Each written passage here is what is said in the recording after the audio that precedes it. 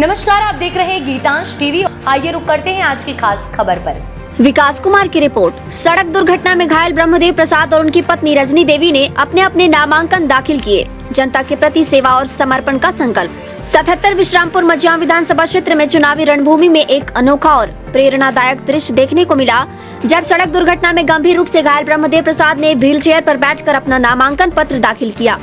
उनके साथ उनकी पत्नी रजनी देवी ने भी अपने पक्ष से नामांकन दाखिल किया। इस साहसिक कदम ने पूरे क्षेत्र में उनकी जनता के प्रति निष्ठा और समर्पण की मिसाल कायम कर दी है। हाल ही में हुए सड़क हादसे में ब्रह्मदेव प्रसाद को गंभीर चोटें आई हैं, जिससे उनका स्वास्थ्य अभी भी नाजुक है। इसके बावजूद अपने क्षेत्र के प्रति उनकी सेवा भावना में कोई कमी नहीं आई। दुर्घटना के बाद भी जनता के हित को सर्वोपरि रखते हुए उन्होंने नामांकन के लिए जाने का फैसला किया। उनके साथ उनकी पत्नी रजनी देवी ने भी जनता की सेवा के अपने संकल्प के तहत अलग से नामांकन दाखिल किया।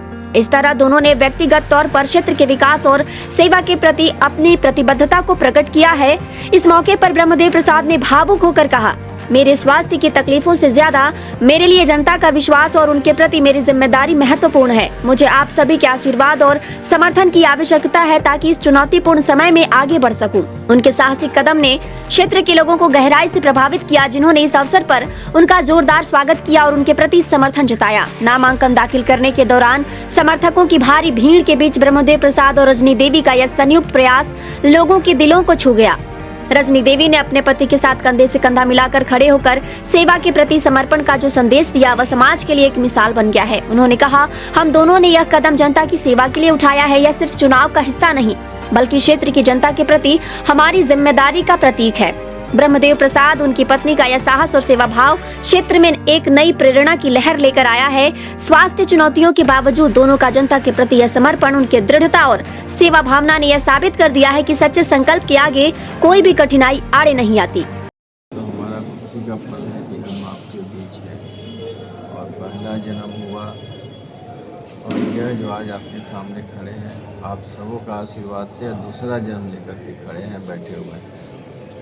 और यह चुनाव मैंने विश्रामपुर विधानसभा क्षेत्र के लोग, पूरे झारखंड के ओबीसी परिवार, एससी परिवार, एसटी परिवार के लोग लड़ रहे हैं और उनका हक अधिकार के लिए हम लगातार जिस तरह से संघर्ष किए हैं और उनका जो आशीर्वाद प्राप्त हुआ है, उसी आशीर्वाद का देन है कि इतना दुखद घटना के बाद भी किस तरह से हम बच गए, मुझे भी यकीन नहीं हो रहा है। तो पूरे लोगों का आशीर्वाद है, इसी आशीर्वाद से हम दोबारा मेरा पुनर्जन्म हुआ है।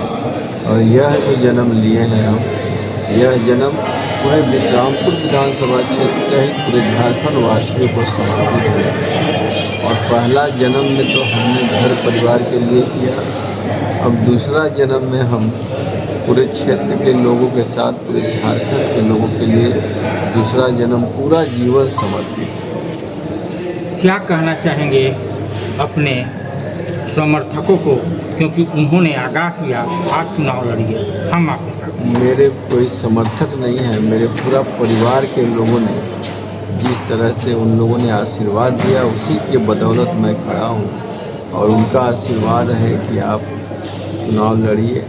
मैं नहीं आ रहा था, लेकिन हॉस्पिटल से किसी तरह कह करके डिस्चार्ज करा करके यहाँ आया हूँ और उनके आशीर्वाद के लिए आया हूँ। और वो सभी लोग आशीर्वाद देने के लिए मन बना चुके हैं। और उनका ये कहना है कि झारखंड में जो आपने एक रेखा खींचा है, उस रेखा को बड़ा करने के लिए मैं जिंदा हुआ हूँ और दोबारा जन्म ले रहा हूँ। ये वक्त तो नहीं है ब्रह्मदेव जी के ऐसे सवाल की जाए, लेकिन मैं एक सवाल लास्ट और आखिरी पूछना चाहता हूँ। ब्रह्मदेव जी अगर इस चुनाव को जीतते हैं, जनता सरमौर बनाती है, तो जनता के क्या पहला काम है कि जिसकी जितनी संख्या भारी, उसकी उतनी हिस्सेदारी।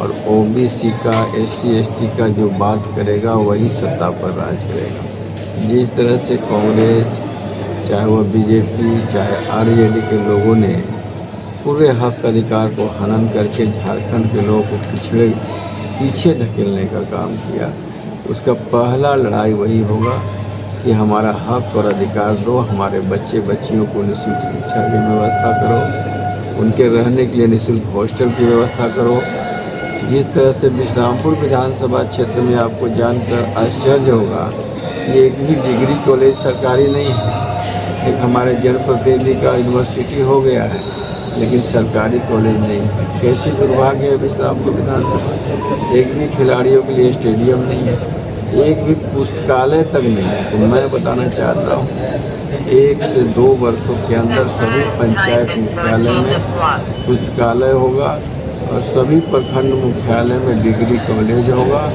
और विश्रामपुर विधानसभा क्षेत्र में engineering college, A pharma, B pharma, medical college होगा और वह भी सरकारी होगा, जो बिना शुल्क का बच्चों को, हमारे गरीब परिवार के बच्चों का पढ़ाई होगा। हमारे जाइएगा तो कहीं भी सड़क आपको नज़र नहीं आएगा, खेतों में पानी कहीं नहीं पहुँचा है आज तक। देखिए जाकर इतना नहर बन चुका है और 75-78 से लवजी, भैलवा नदी, कौरो नदी, सब जलाशय योजना का शिलान्यास हो गया है। तो यहाँ के जनप्रतिनिधि केवल अपने विकास और क्षेत्र में शिलान्यास और अपना विकास से मतलब रखे हैं, क्षेत्र के विकास से उनको कोई लेना देना नहीं। यहाँ की जनता मूड बना चुकी है कि विश्रामपुर विधानसभा क्षेत्र में परिवर्तन होगा और जिस तरह से उन लोग का आशीर्वाद से मेरा दोबारा जन्म हुआ है, मैं उनके लिए जीवन पूरा समर्पित कर दूंगा और उन्हीं के लिए दोबारा हमें जन्म प्राप्त हुआ।